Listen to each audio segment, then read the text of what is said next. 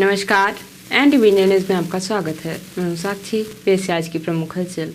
26 अक्टूबर को तहसीलदार जानवी शुक्ला की अगुवाई में राजस्व अमले द्वारा सीधी शहर से लगे कोतर खुर्द की भूमि से निस्तार कर रहे लोगों को बेदखल करने की कार्यवाही की गई।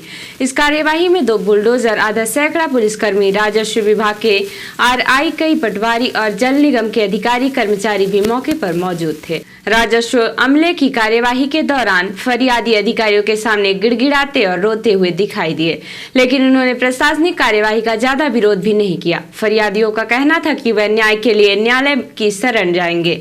जिला प्रशासन द्वारा कोतर खुर्द में आज शासकीय भूमि से निस्तार हटाने की प्रशासन द्वारा की गई कार्यवाही पर एनटीवी न्यूज़ की यह रिपोर्ट देखिए। कहा हम दू जने लड़ जब हमारे जमीन शासन ले शासन तो न ले 1966 में आदेश करे के बाद हमारे 1974-75 तक हमारा पट्टा रहा। एक के बाद में निकाला का कागज देखा तो मतलब शासन रहा। अभी कैसन का भाई भगवान मालिक है। हाई कोर्ट से हमने स्टे ली है। यह देखिए हाई कोर्ट की स्टे है, ठीक ना है, अभी है स्टे। अभी निवेदन सुन साहब, अब हाई कोर्ट की स्टे अब काल तक रहा है। 50 आदमी का घर है। अब एक घर में 10-10 व्यक्ति हैं, उनके बाल बच्चे हैं, लड़का पुताऊ हमारा। सीधी शहर से लगे ग्राम कोतर खुर्द में सन 1936 में जगदीश गुप्ता पिता बंसधारी गुप्ता ने 6.12 डिसमिल जमीन खरीदी थी, जो रिकॉर्ड में उनके नाम से नामांतरित हो गई थी। लेकिन उक्त जमीन का 1963 में जगदीश गुप्ता के नाम पट्टा बन गया। जगदीश गुप्ता और शिवनाथ 2 भाई थे। दोनों भाइयों के बीच सुलह न होने की वजह से जमीन को लेकर वाद विवाद होने लगा।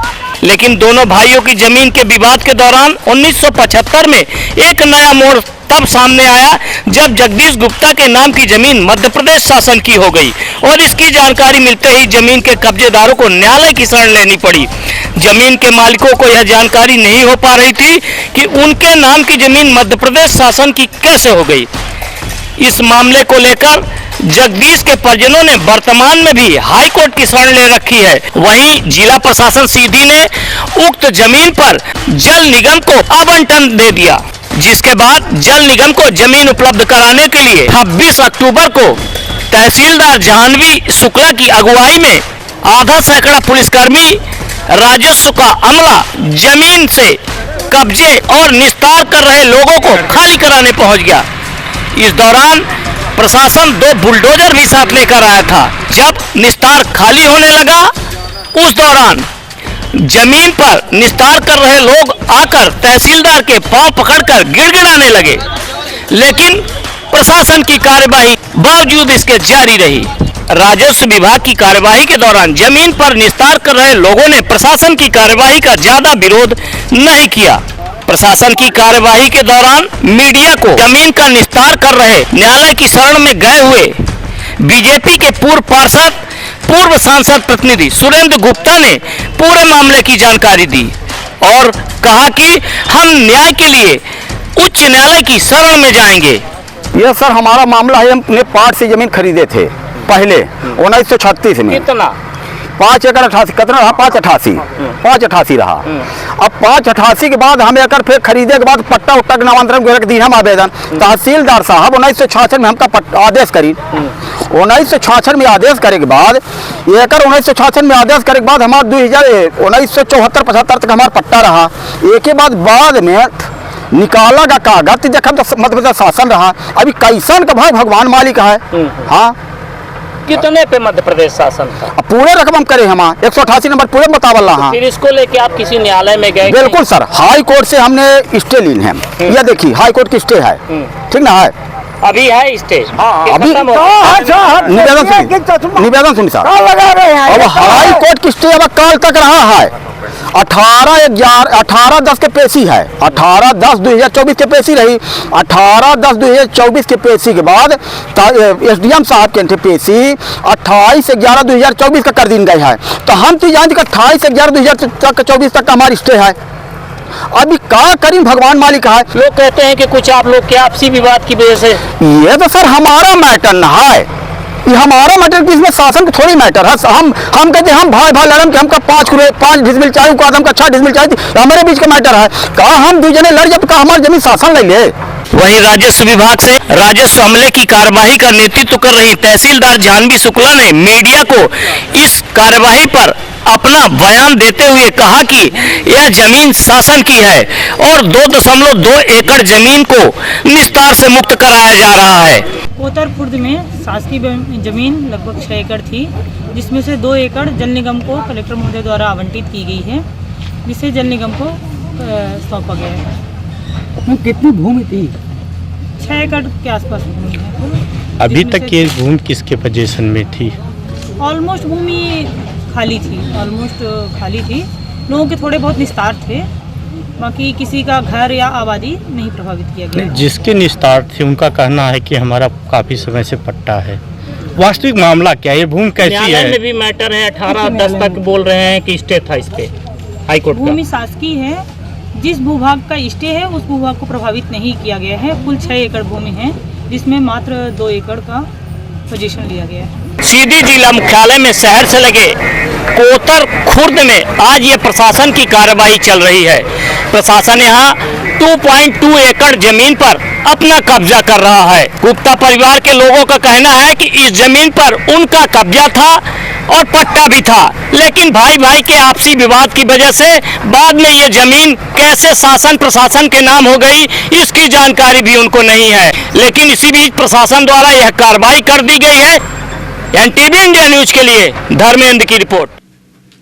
मुख्य कार्यपालन अधिकारी जिला ई गवर्नेंस सोसाइटी अंशुमान राज ने जानकारी देकर बताया है कि मध्य प्रदेश शासन द्वारा विभिन्न योजनाओं की विभिन्न सेवाओं के लाभ प्राप्त करने के लिए समग्र केवाईसी समग्र का आधार से लिंकिंग अनिवार्य किया गया है, किंतु जानकारी के अभाव में हितग्राहियों द्वारा स्वयं के आधार से लिंक न कराया जाकर गलत आधार नंबर से लिंक करा दिया जाता है, जिसे पंचायत वार्ड स्तर पर संबंधित अधिकारी द्वारा स्वीकृत भी कर दिया जाता है, जिसके फलस्वरूप हितग्राही को डीलिंक हेतु अत्यधिक परेशान होना पड़ता है। उन्होंने अपील की है कि अपनी समग्र केवाईसी करते समय अत्यंत सावधानी पूर्वक सही जानकारी को जांच कर ही अनुरोध करें। मध्य प्रदेश डेराजे ग्रामीण आजीविका मिशन अंतर्गत एकता सामुदायिक प्रशिक्षण केंद्र सीधी में कृषि सखियों हेतु उन्नत कृषि तकनीक विषय पर 24 अक्टूबर से 26 अक्टूबर तक 3 दिवसीय आवासीय प्रशिक्षण आयोजित किया गया। प्रशिक्षण में कृषि विज्ञान केंद्र सीधी के वरिष्ठ वैज्ञानिक डॉक्टर शैलेंद्र सिंह गौतम द्वारा उन्नत कृषि तकनीक के साथ साथ उद्यानिकी फसलों के बारे में कृषि सखियों को प्रशिक्षण दिया गया। उक्त प्रशिक्षण में कृषि सखियों को जैविक खाद एवं जैविक कीटनाशक साथ ही बीज उपचार के बारे में प्रैक्टिकल भी कराया गया। उच्च शिक्षा विभाग मध्य प्रदेश शासन के निर्देशानुसार मॉडल साइंस कॉलेज रीवा में संभाग स्तरीय पुरुष टेबल टेनिस प्रतियोगिता का आयोजन 25 अक्टूबर 2024 को किया गया। प्रतियोगिता में रीवा, सतना, सीधी एवं शहडोल जिले के खिलाड़ियों ने भाग लिया। प्रतियोगिता में प्रतिभागियों के मैच एक दूसरे के बीच खेले गए। सीधी टीम ने प्रथम मैच में सतना को पराजित किया, द्वितीय मैच में रीवा से पराजित होकर और तृतीय मैच में शहडोल से विजयी होकर उप विजेता बनी। रीवा की टीम तीनों मैच जीतकर विजेता बनी। संजय गांधी स्थित महाविद्यालय सीधी से अम्बुज सिंह व अतिरिक्त रूप में चंद्रकांत सिंह का चयन राज्य स्तरीय पुरुष टेबल टेनिस प्रतियोगिता के लिए हुआ है, जिसका आयोजन सागर में होगा। इन उपलब्धि पर शासकीय संजय गांधी स्मृत स्नातकोत्तर महाविद्यालय के प्राचार्य डॉक्टर पीके सिंह और क्रीड़ाधिकारी डॉक्टर रविंद्र सिंह तथा महाविद्यालय के समस्त परिवार ने सभी खिलाड़ियों को बधाई और शुभकामनाएं दी। शासकीय महाविद्यालय जिला सीधी मड़वास में मध्य प्रदेश उच्च शिक्षा विभाग के निर्देशानुसार भारतीय ज्ञान परंपरा के अंतर्गत वृद्धजनों के प्रति युवाओं का दायित्व विषय पर भाषण प्रतियोगिता का आयोजन किया गया। कार्यक्रम का शुभारंभ प्राचार्य डॉक्टर IP प्रजापति ने किया। इस अवसर पर उन्होंने कहा कि वृद्धजनों से हमें प्रत्यक्ष अप्रत्यक्ष रूप से हमेशा मार्गदर्शन मिलता है और बुजुर्गों का सम्मान करना हमारी परंपरा है। कार्यक्रम में शिक्षक धीरज नामदेव भी उपस्थित थे। कार्यक्रम का संचालन भारतीय ज्ञान परंपरा के नोडल डॉक्टर दीपक अग्निहोत्री ने किया। भाषण प्रतियोगिता में महाविद्यालय के 7 छात्र छात्राओं ने भाग लिया, जिसमें प्रथम स्थान BA प्रथम वर्ष के छात्र पुष्पेंद्र कुमार गुप्ता, द्वितीय स्थान छात्रा चंचल सेन को तथा तृतीय स्थान छात्रा काजल तिवारी को प्राप्त हुआ। भाषण प्रतियोगिता में निर्णायक के रूप में डॉक्टर लक्ष्मीकांत कुशवाहा, डॉक्टर निशा सिंह एवं डॉक्टर संध्या वर्मा उपस्थित थे। कार्यक्रम में महाविद्यालय परिवार के doctor Sangeeta Mishra, doctor Kamlesh Jaiswal, doctor Jyoti Rajak, doctor Anurag Tiwari, doctor Saurabhi Gupta, doctor Pankaj Mishra, doctor Amita Khare, professor Praveen Saket, doctor Rajesh Patel, doctor Surendra Shri Anil Kewat सहित महाविद्यालय के छात्र छात्राएं उपस्थित रहे। और अब पेश है प्रादेशिक हलचल। हर जनप्रतिनिधि कम से कम 10 महिलाओं को बनाएंगे सदस्य। बीजेपी बनाएगी अब 2 करोड़ सदस्य। सीएम बोले बेरोजगारों की सूची बनाए। मध्य प्रदेश में अप्रैल तक टल सकते हैं तबादले। मिड सेशन में ट्रांसफर करने पर सरकार असहमत। जबलपुर में नाबालिग भांजे के सामने मामा की हत्या। राजस्थान से यूपी जा रहे थे। और खंडवा में बीजेपी मंडल अध्यक्ष निकला नकली डीएपी निर्माता। 700 रुपए में खाद तैयार कर किसानों को 1300 में बेचता था। और अब पेश है राष्ट्रीय हलचल। जयशंकर बोले भारत चीन सीमा पर 2 वजहों से समझौता। पहला, हम अपनी बात पर अड़े रहे, सेना डटी रही।